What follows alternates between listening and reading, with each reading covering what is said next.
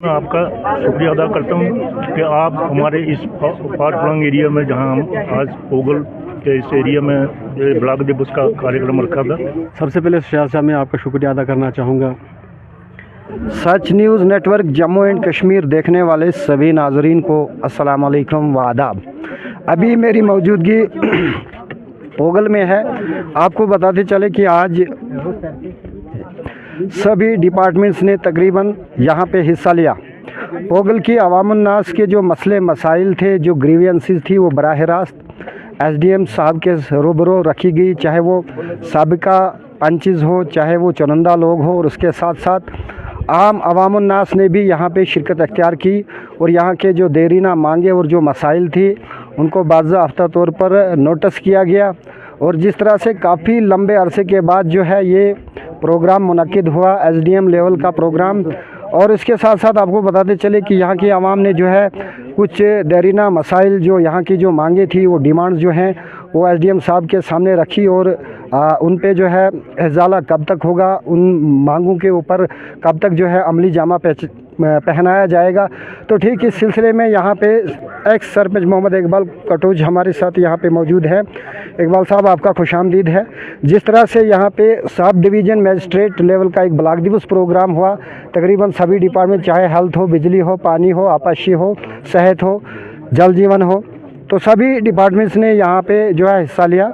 क्या कुछ इस प्रोग्राम के हवाले से आप कहना चाहते हैं? हाँ, सबसे पहले मैं आपका शुक्रिया अदा करते हुए अपने एसडीएम साहब और उनकी पूरी टीम का शुक्रिया करता हूँ, अपने गयूर आवाम का शुक्रिया करता हूँ जिन्होंने इस ब्लॉक दिवस में शिरकत की।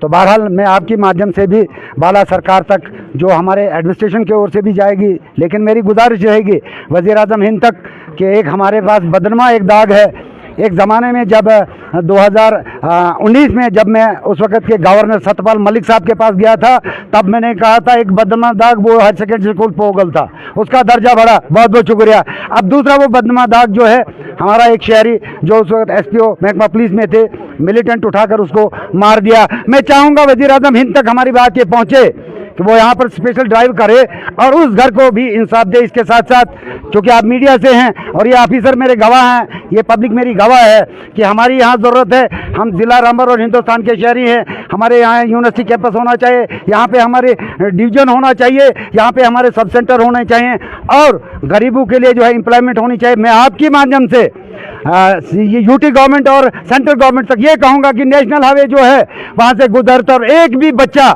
चाहे वो एसडीएम साहब, चाहे डिप्टी कमिश्नर हो या चीफ मिनिस्टर हो, दिखा दे हमारे पोगल का एक बच्चा जो है फॉरेन में एडजस्ट हुआ है। मैं चाहता हूं कि कंपनी वाले भी कुशादा दिल करके हमारे यहाँ नौजवानों को कंपनियों में जगह दें ताकि वो रोजगार कमा सके।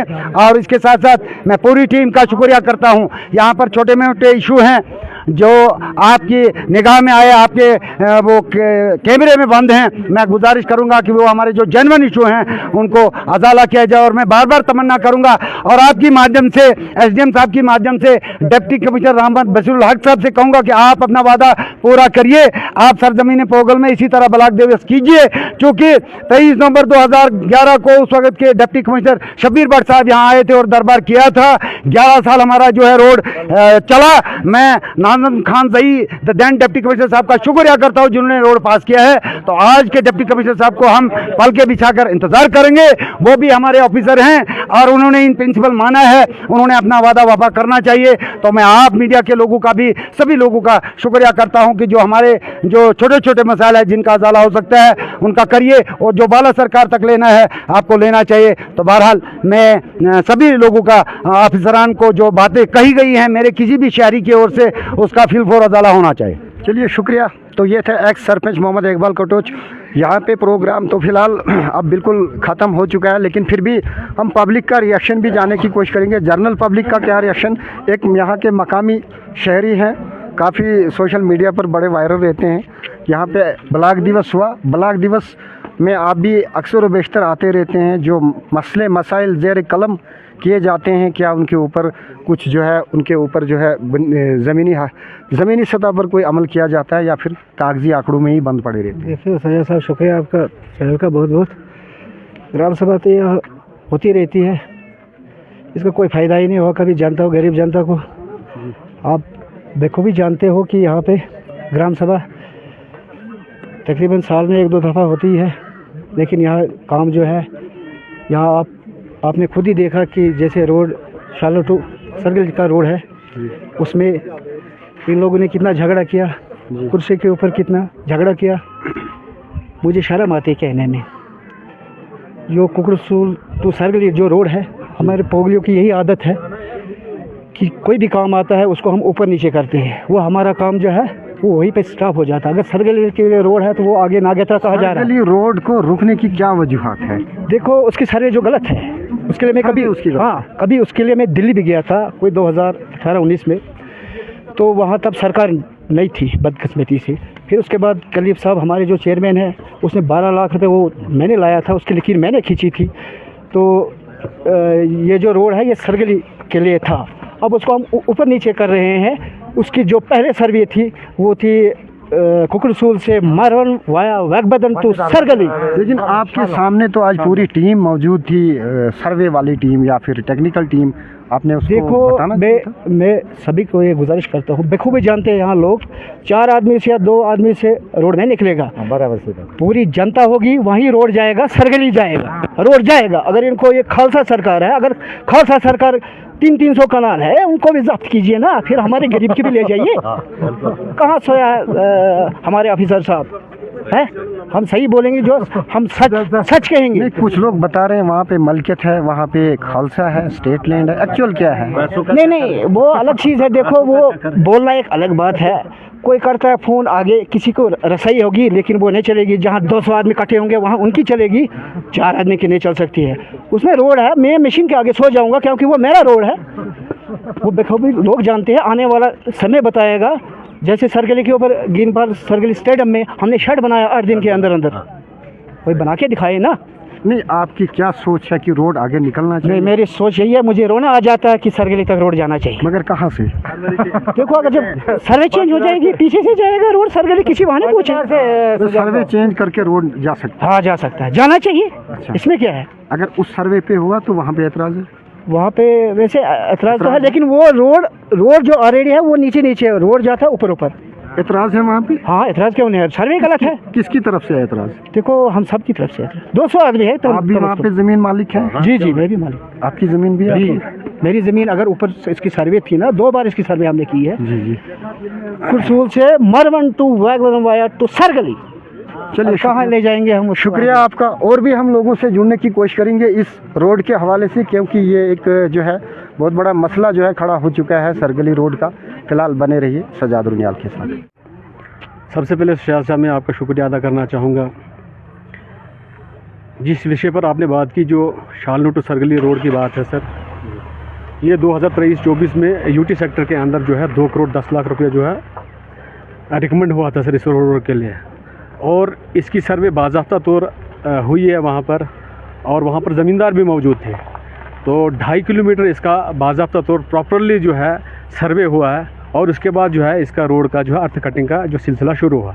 रहा सवाल कुछ ज़मींदारों का, ये मसला है कि वहाँ पर जो ठीक 2.5 किलोमीटर के आसपास में कई ज़मींदारों का ये भी क्लेम है कि हमारी ज़मीन जो है मलकियत है। मलकियत के लिए जब उन लोगों ने तहसील ऑफिस में अप्रोच की, तो फिर वहाँ से पटवारी वगैरह जो यहाँ पर आए, लेकिन उन लोगों ने जो रिपोर्ट की है, जहाँ पर आरडी है, ये जो रोड जा रहा है, वो ज़मीन जो है उन ज़मींदारों की मिल्कियत है। लेकिन उसके बाद हमने जो है डीसी साहब को अप्रोच किया, हमारा एक डेपुटेशन गया, और उसके बाद हम एसडीएम साहब के पास गए, और वो एक कमीशन उन लोगों ने जो है वहाँ पर कमीशन बना के उसको भेजा। आप जाइए और वहाँ मुकम्मल तरीके से उस ज़मीन को आइडेंटिफाई कीजिए कि वाकई वो स्टेट लैंड है या फिर वो सरकार है। बहरहाल कुछ वक्त लिया उस कमीशन ने, कम से कम 2-2.5 महीने, और उसके बाद मुकम्मल तरीके से वहाँ पर जो है उसकी डिमार्केशन हुई। वहाँ पर लोग भी थे, ज़मींदार भी थे। उसमें जो है उस कमीशन के अंदर 2 नायब तहसीलदार थे, और उसके साथ 1 गिरदौर और 2 पटवारी थे। उन लोगों ने जो है रिपोर्ट बाद में दी कि जो रोड शालनू टू सरगली निकल रहा है, वो बाज़ाब्ता तौर से खसरा नंबर 1 जो ज़मींदार क्लेम करते हैं उसके आइन ऊपर से जा रहा है, और वो 1511 है, और 1511 के अंदर जो है वो 3641 कनाल है। 3641 कनाल है, और जो यहाँ पर जो सर्वे हुई है वो ठीक खतरा नंबर 1 के ऊपर से स्टेट लैंड के ऊपर हुआ है। और बाज़ाब्ता तौर जो है इन लोगों ने फिर कोर्ट में जो वो केस फाइल किया, लेकिन जो है एसडीएम कमीशन ने वो रिपोर्ट दे दी है कि जो वहाँ से जो रोड निकल रहा है वो सरकारी ज़मीन पर। उसके बाद जो है एक और उन लोगों ने एप्लीकेशन फाइल की है कोर्ट में। उन लोगों ने ये क्लेम किया है कि 1511 के अंदर भी हमारे 3 कनाल और 11 मरला कुछ है। लेकिन हम आज भी कहते हैं डिपार्टमेंट से, ठीक है अगर वहाँ 1511 के अंदर तो 3600 कुछ कनाल है, उसमें से 3 कनाल 11 मरला कोई ज़्यादा मसला नहीं है। वो कहीं भी किसी भी जगह पर जो आइडेंटिफाई हो सकती है। 3641 बहुत बड़ा रकबा होता है और उसके बीच में से 3 कनाल 11 मरला निकालना कोई बड़ी बात नहीं है। तो मैं समझता हूँ कि इस रोड को निकलना चाहिए। आपको ये मालूम है शालू टू सरगली रोड है, जो हमारा सरगली है ऑफबीट डेस्टिनेशन के अंदर है, वो एक टूरिज्म स्पॉट है वहाँ पर। और लोगों की एक देरी न मांग थी पिछले 50 साल से, लेकिन वो है जो हम भी चाहते हैं। और हम चाहते हैं कि डिस्ट्रिक्ट एडमिनिस्ट्रेशन से यानी एसडीएम एडमिनिस्ट्रेशन, तहसील एडमिनिस्ट्रेशन से, और टेक्निकल टीम जिन लोगों ने ये रोड बनाना है, कम से कम फिलफोर जो है इसका जो है ये मसला जो हल हो जाना चाहिए। और जो लोग सफ़र कर रहे हैं आगे, उधर से आगे जो रोड रुका जहाँ पर, और क्लियर होना चाहिए और रोड सर्कली तक जाना चाहिए। बस हमारी यही ख्वाहिश है। अगर डिमार्केशन वन टाइम होती है तो इतने बड़े रकबे में क्या स्टेट लैंड नहीं मिल पाएगी रोड को आगे निकलने के लिए? ज़रूर सर, देखो ना उसमें क्लियर कर दिया है ना, एसडीएम का जो कमीशन वहाँ पर गया है, उन लोगों ने फिजिकली तौर पर वहाँ पर एक्सरसाइज की है, पूरा उसको डिमार्क किया। डिमार्क करने के बाद उन लोगों ने जो लास्ट में रिपोर्ट पेश की है कि ये जो है जहाँ से रोड निकल रहा है, जहाँ से आरडी लगी है रोड की, वो ठीक जो खसरा नंबर 1 जो इन ज़मींदारों का 20 कनाल है उसके ऐन ऊपर से जा रहा है। और 3541 कनाल में फिर 3 कनाल का ये मसला है, जो तो नॉर्मल मसला है, ये हल हो जाना चाहिए था, इसको कोई ज़्यादा इशू भी नहीं है। ठीक। अब जहाँ पे पहुँचे अपनी शमूलियत की और लोगों के जो मसले मसाइल थे उसके बारे में भी आपने कवरेज किया है। तो सबसे पहले मैं ये कहना चाहता हूँ कि सरकार का जो एक बड़ा इनिशिएटिव था कि भाई हर ब्लॉक दिवस के माध्यम से जो लोगों की ग्राउंड लेवल की कोई समस्याएं हैं उनका वहीं पे ही उजाला होना चाहिए। तो जो छोटे छोटे मसले होते हैं बिजली पानी के, स्कूल के, कहीं हेल्थ के रिलेटेड या राशन के, उन मसलों को लेके ही ज़्यादा इशूज आते हैं। तो उसको आपने देखा, जैसे अभी जहाँ पे ऐसे ही मसले थे अमूमन वो सारे नोट कर लिए हैं। तो उसके मुताबिक अगले कुछ दिनों में इसके ऊपर आपको एक्शन किया हुआ मिलेगा। तो हम ये चाहते हैं कि लोग ज़्यादा से ज़्यादा इसमें शमूलियत करें। जो भी अपने मसले मसाइल हैं ऐसे प्रोग्राम होते रहेंगे। ब्लॉक दिवस एक बढ़िया इनिशिएटिव है गवर्नमेंट की तरफ से, और हमारी जिम्मेदारी है कि हम ग्राउंड लेवल पे जाके हर एक इलाके को कवर करें और लोगों के वहाँ पे जाके जो मसले मसाइल हैं उनको सुने। हमारे साथ जो और बाकी महकमा जात के भी सारे मुलाजिम होते हैं, तो कोई भी मसले हो तो ऑन स्पॉट उसको हम हल करने की कोशिश करते हैं। सर, यहाँ पे राशन का बहुत बड़ा मसला है, क्योंकि रोड जो है वहाँ पे पानी फ्रीज हो जाता है। तो उस हवाले से लोगों ने भी बताया कि ठीक है, अभी राशन का भी जो मसला है वो हाई लेवल तक भी ऐसा पहुंचा कि जो राशन कार्ड में जो बड़े बच्चे हो गए उनका नाम ऐड नहीं हो सका है अभी तक। तो उसके लिए गवर्नमेंट एक पॉलिसी बना रही है कि उसके तहत जो अभी तक नहीं हुआ, क्योंकि जो पहले सर्वे हुआ था उसके मुताबिक ही पॉपुलेशन के हिसाब से वो राशन मिलता है। तो अब क्योंकि काफ़ी मतलब जनसंख्या बढ़ गई है तो उनकी एडिशन करने की ज़रूरत है। तो ये पॉलिसी मैटर है, गवर्नमेंट इसके बारे में जल्दी ही कोई डिसीजन लेगी। तो बाकी जो मसला रहा कि इधर के जो फार फ्लंग एरिया में है, इधर डंपिंग 3 महीने का राशन सर्दियों में खास तौर पे हो जाता है। और उसके बाद ये जो और मसला था कि भाई वन टाइम मतलब उनका फिंगरप्रिंट ले लिया जाए, तो उसके लिए भी ऑलरेडी ये हमारे नोटिस में है।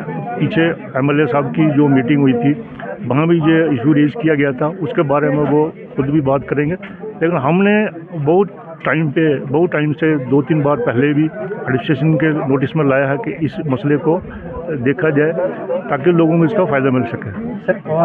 ब्लॉक की जो इंस्ट्रक्शन है उनके लिए ऑलरेडी गवर्नमेंट की तरफ से आई हुई है, उन्होंने उसके मुताबिक ही करना है। जो उनके अंदर कंडीशन हैं, जो टर्म्स एंड कंडीशन है, उसको वो भी रूल नहीं कर सकते ना।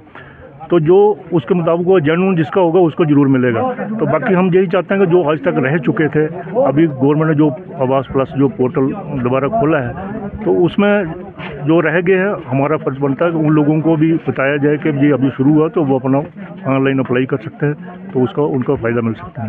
एक और मुद्दा, डिपार्टमेंट के जो लोग हैं हम मानते हैं कि इनके पास मैन पावर की कमी है, लेकिन फिर भी हमने देखा पिछली सर्दियों में या उसके बाद भी ये इन्होंने बड़ा मतलब ड्यूटी अपने डेडिकेशन से कर रहे हैं। लेकिन कुछ हमारे भी मसले मसाइल होते हैं लोगों की तरफ से, क्या है कि भाई जो हीटर यूज़ करते हैं बॉयलर यूज़ करते हैं, बिजली की सप्लाई ऑटोमेटिकली सफ़र करती है। जब विंटर शुरू हो जाता है, बर्फबारी होती है, तो ऑलरेडी सप्लाई पे असर पड़ता है। तो जब उस टाइम पे भी हम हीटर का इस्तेमाल करेंगे और जो इलेक्ट्रॉनिक गैजेट का इस्तेमाल करेंगे, तो नेचुरली वो फिर बिजली सप्लाई जो इफेक्ट होती है, तो उससे हमें भी प्रॉब्लम होती है। फिर लोगों को इसके थोड़ा सा वो रखना चाहिए कि इन चीज़ों का इस्तेमाल कम नहीं, मतलब करना ही नहीं हो चाहिए, क्योंकि अगर इलेक्ट्रिक सप्लाई हमें चाहिए, बिजली चाहिए, तो फिर इन चीज़ों को बंद करना पड़ेगा। प्रिपेयर्डनेस के लिए एक डिस्ट्रिक्ट लेवल पे और सब डिवीजन लेवल पे भी प्लान बन गया है। तो उसमें जो भी इंसेंशियल सर्विसेज से रिलेटेड जो भी डिपार्टमेंट्स हैं, चाहे हमारा रोड के हैं जो PMJSY, PWDY, वो राशन के, या हमारे हेल्थ डिपार्टमेंट है, उनकी तरफ से जो भी इंतजाम है जरूरी उनको हिदायत दी हुई है, वो इंतजाम करके रखेंगे, ताकि एंड टाइम पे कभी कोई इमरजेंसी बन जाए तो कोई लोगों को मुश्किलात नहीं आनी चाहिए। तो इनको मशीनरी रेडी रखने के लिए कहा गया कि रोड क्लियर होना चाहिए एट अ टाइम। अगर कोई जैसे मेडिकल की तरफ से कोई मेडिकल इमरजेंसी हो जाती है, डिलीवरी केस है कोई, तो उनके लिए भी इनके पास पूरा डाटा उन्होंने मेडिकल वालों ने तैयार रखा है कि भाई एक्सपेक्टेड डेट ऑफ डिलीवरी कब हो सकती है। तो उनको अगर मौसम को देखते हुए अगर बर्फबारी का कोई है, तो उनको पहले हम वहाँ पे शिफ्ट करवा देंगे हॉस्पिटल तक। जी।